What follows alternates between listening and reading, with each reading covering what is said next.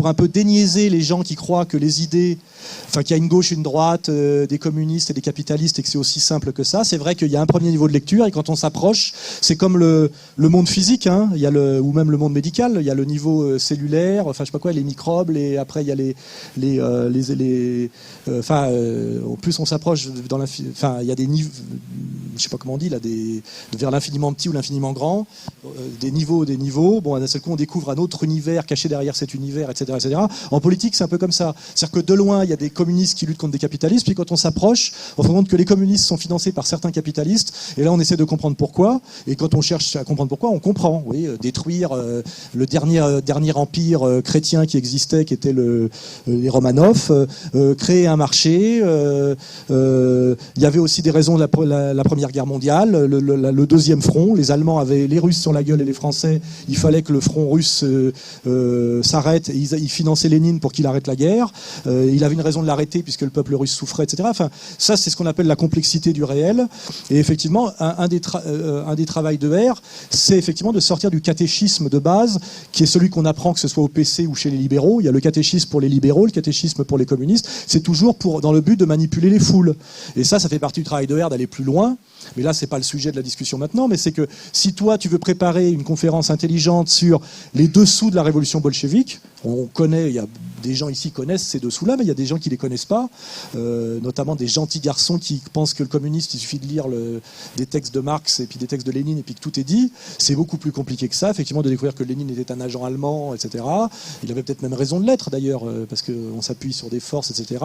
Mais qu'effectivement, les banquiers de Wall Street finançaient la révolution bolchevique, que ça va même beaucoup plus loin, puisqu'il y a encore les gens qui ont monté Bretton Woods, le FMI et la Banque mondiale ont été condamnés comme agents soviétiques aux États-Unis, il faut le savoir. C'est-à-dire qu'ils étaient les bras droits du président Roosevelt puis Eisenhower, et ils se retrouvent condamnés pour espionnage pour les Russes. C'est-à-dire qu'à un moment donné, il y a des collusions totales entre l'URSS et l'Amérique sur certains montages mondialistes qui sont encore présents aujourd'hui. Ça, c'est bon, on s'éloigne du sujet, mais ça fait partie des...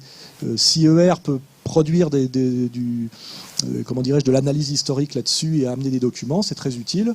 Moi, je connais bien ces sujets-là, mais si toi, tu veux un jour préparer une conférence là-dessus, libre à toi. Oui, non, mais ça, c'est un peu... c'est un Himalaya de la philosophie, le marxisme, donc on ne va pas en parler maintenant. Mais le marxisme, déjà, il faut lire le Capital pour savoir ce que c'est que le marxisme. Moi, j'ai mis 20 ans à lire les œuvres complètes de Marx, donc déjà, il faut quand même que les gens admettent, c'est comme il dit, il faudrait que je relise Proust. Pour relire Proust, il faut l'avoir déjà lu une fois. Il faut quand même que les gens admettent, surtout quand ils ont 20 ans, parce que moi, j'ai 52 ans, je lis 4 heures par jour. Donc déjà, je suis sûr que 99% des gens qui sont ici n'ont pas lu le 10e de ce que j'ai lu. Et pourtant, j'ai pas lu le 10e de ce qu'il faudrait que j'ai lu. Et il y a le problème de la vie, c'est qu'il faudrait normalement tout lire. Personne ne peut tout lire. Donc voilà. Donc la question sur le marxisme, on est très au-delà de ce jeu de questions-réponses. Marx a critiqué le libéralisme comme processus de destruction du monde qu'est le vôtre. Donc déjà, rien que pour ça, vous devez vous y intéresser, parce que celui qui a le mieux analysé et étudié la destruction du monde pré-bourgeois, qui est le monde de la monarchie théocratique, c'est Marx. Et c'est parce que vous ne l'avez jamais lu. Marx a des textes entiers où il dit comment la bourgeoisie a plongé dans les eaux glacées du calcul matériel et sordide la beauté du monde catholique précédent, etc. Vous me démontrez là, ce que je savais d'ailleurs, vous n'avez jamais lu Marx. Marx est sans doute le mec le plus performant pour expliquer ce que c'est que la laideur bourgeoise, et c'est la laideur bourgeoise qui a détruit le catholicisme et la monarchie théocratique. N'importe quel mec de l'action française cultivée, c'est ça, au moins, voilà, à minima. Et c'est d'autant plus intéressant de s'intéresser à Marx aujourd'hui, c'est qu'il n'y a plus d'enjeu politique, puisque le communisme réel, le socialisme est mort. Donc aujourd'hui, vous pouvez lire Marx en toute tranquillité, parce qu'il n'y a plus d'enjeu en termes de combat politique immédiat. Et je vous garantis qu'il y a des choses très très intéressantes dans le marxisme, et notamment, il y a une dimension dans le marxisme qui est une dimension totalement chrétienne. Il faut quand même le comprendre. Hein. C'est totalement chrétien, le marxisme, parce que c'est le plus juste partage du travail et des richesses, et c'est une volonté d'égalité et de fraternité entre les hommes, au-delà de l'intérêt égoïste, matériel, etc. Donc il y a une dimension très très profondément chrétienne dans le marxisme, qu'ont compris très bien les gens qui sont sur la doctrine sociale de l'Église, ou après les gens de la théologie de la libération.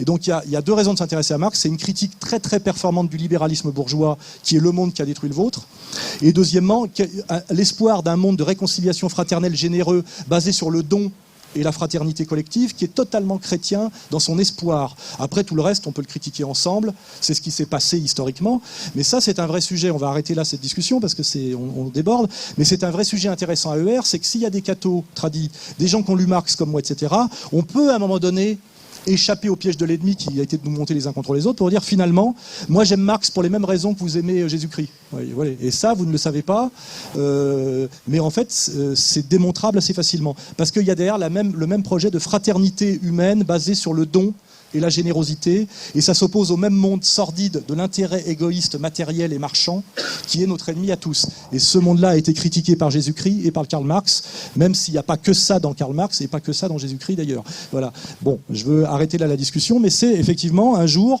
monter une conférence et un débat très intéressant sur Marx, Jésus-Christ, point commun, opposition, etc. Ça pourrait être un vrai sujet intéressant dont nous sortirions tous grandis, je vous en assure. Voilà.